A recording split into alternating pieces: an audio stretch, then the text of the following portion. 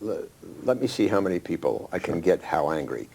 I have heard a statement that allegedly Latina mothers use to their children, which is, and it's not because they don't like the Spanish language, which is Spanish is the language of busboys.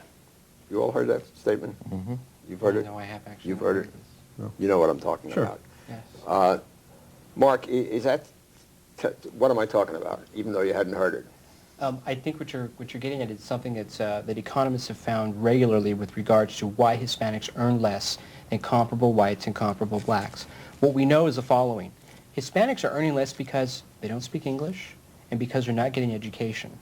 So the importance of English, learning English, is you can't underrate it. It's extremely important. And something like Prop 227 hopefully can get us to something where we got more fluency in English at the very first for Hispanics and hopefully greater educational attainment later on. Is this argument about assimilationism versus multiculturalism, no. Is that what we're talking about? It sometimes is. It depends. In other words, these programs originally came in the 1960s, towards the end of the 60s and the early 70s. They were tied in with Latino activism and with ethnic activism. It was a mixture of people sincerely believing that these programs would help children learn English and do better in school, along with ethnic activists.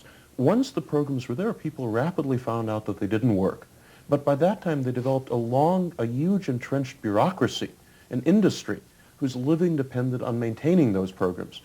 There are far fewer ethnic activists around today than there were in the 60s. In other words, most Latino politicians want Latino children to learn English. Well, then are you beating a dead horse?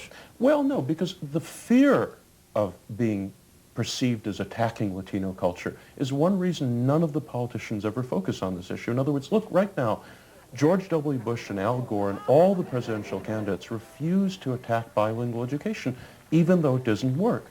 The reason they refuse to attack it is they would perceive it to be an ethnically charged issue that would hurt them, even though the overwhelming majority of Latino immigrant parents and other immigrant parents want their children taught English immediately in school. Is that right, Mark? The overwhelming proportion of Latino parents want their children to learn English immediately?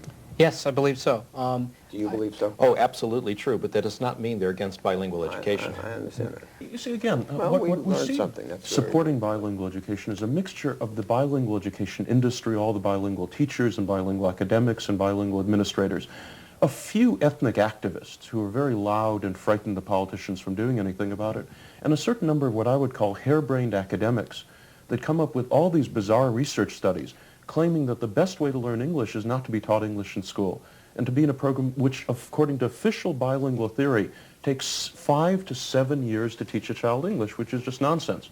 So a combination of those three groups kept the program in place even though it didn't work. On the other hand, during the 227 campaign, there was one Latino parent who said he very much supported by getting rid of bilingual education because his two daughters who'd been born in the United States, by the time they were 10 and 11, they knew less English since they had been taught no English in school than children who had just come from Mexico, because the Mexican schools taught English and the California schools didn't. Gentlemen, I sense here, particularly between Steve and Ron, that this is weird. There are some things we don't agree on. Well, there are some good thinking. Yeah, and I do have some responses. Well, okay, all right. That's fair. In terms of public opinion, not only does the public support English, which we all do, when you ask the question correctly, the public is pretty supportive of bilingual education. A poll was done by the Los Angeles Times in the middle of the Prop 227 campaign. It was repeated in the Dallas Morning News after the campaign. People were allowed to choose, asked to choose among three options. Do you want full bilingual education as long as teachers and parents think it's a good idea? Would you like use of the first language for a year or more, that's bilingual ed light, or all English? Both polls, it was 1/3, 1/3, 1/3. Only 1/3 supported English-only options. Our Faishin's work... 2/3 supported that within a year. No. They said a year or so of bilingual education, primary language support. If you took that data, I could write a sentence that 2/3 of Americans believe that there shouldn't be more than 1 year of bilingual education. It said a year or so, a year or two. Not 5 to 7 years. Not 5 to 7 years. And I must once again repeat that what Mr. Unz said is not true. It is not true that the programs don't work. Controlled scientific studies say they do work. They are not all in Spanish. They are not 5 to 7 years. This is absolutely false. There's a good deal of very respectable scientific evidence behind this. Okay, my sense is, surprised that we have a disagreement and we are not going to be able to resolve it even on a program like Think Tank. So what I am going to suggest is a sort of an out question, and we're going to go this time the other way around, Ron, Steve, and Mark. And the question is, the year is 2010. Where are we going to be? And the answer has to be brief. Where are we going to be in Southern California on this issue? Well, I think bilingual education will be viewed as witchcraft, something which a few people supported but never worked, and it will be simply a distant memory at that point. I'm hoping by this time we'll have enough books in our libraries, we'll have full literacy because all students will have access to print, and our problems of poverty will be largely eliminated. I think where we do agree is that poverty, access to print are the main factors, and swamp even factors such as bilingual education. I hope these are the things we address.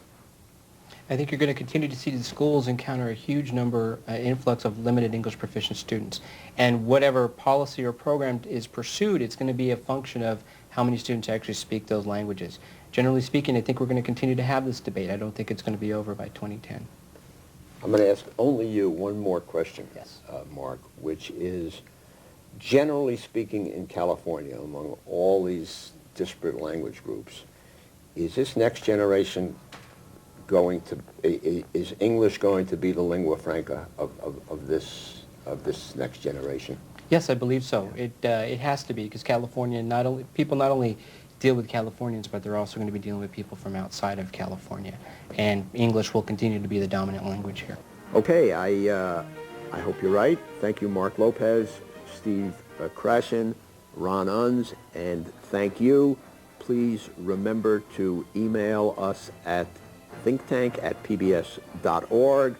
For Think Tank, I'm Ben Wattenberg. We at Think Tank depend on your views to make our show better. Please send your questions and comments to New River Media, 1219 Connecticut Avenue Northwest, Washington, D.C. 20036. Or email us at thinktank@pbs.org. To learn more about Think Tank, visit PBS online at pbs.org. And please let us know where you watch Think Tank.